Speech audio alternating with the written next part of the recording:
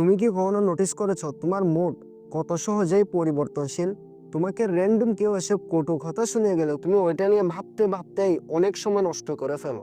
আচ্ছা, কখনো কি ভেবেছো কেন এমনটা হয়?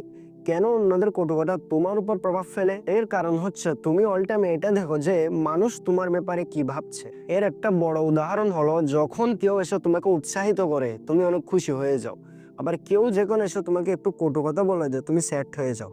কখনো ভেবেছো কেন তুমি ইমোশনালি এত দুর্বল? আসো, তোমাকে একটা কাহিনী শোনাই। আমার একটা বন্ধু ছিল, যখন কেউ তাকে একটু ইগনোর করে দিত সে সেট হয়ে যেত। একদিন একজন জ্ঞানী ব্যক্তি তাকে বলল, তুমি তোমার ইমোশনাল লাইসেন্স তাদের হাতে কেন দিয়ে রেখেছো?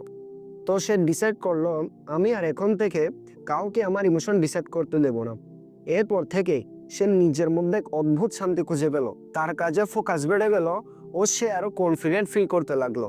তো মোরাল অফ দ্য স্টোরি, তোমাকে মানুষের কাছ থেকে ভ্যালিডেশন চাওয়া বন্ধ করতে হবে, ও নিজের ইমোশনের উপর কন্ট্রোল আনতে হবে।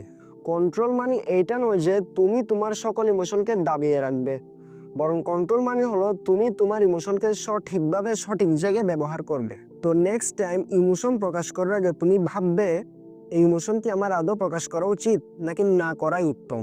আর এটাই হচ্ছে ইমোশনাল কন্ট্রোল। যে শিখে গেল তাকে সবাই রেসপেক্ট করবে, আর যে শিখলো না সে আজীবন মানুষের পুতুল হয়ে থেকে যাবে। তো আজকের মতো এখানেই। এটা ছিল আমাদের ইমোশন কন্ট্রোল সিরিজের honest episode. Next episode miss করতে না চাইলে সাবস্ক্রাইব করে রাখো। আদারওয়াইজ এটা আমাদের শেষ সাক্ষাৎ। ফি আমানিল্লাহ।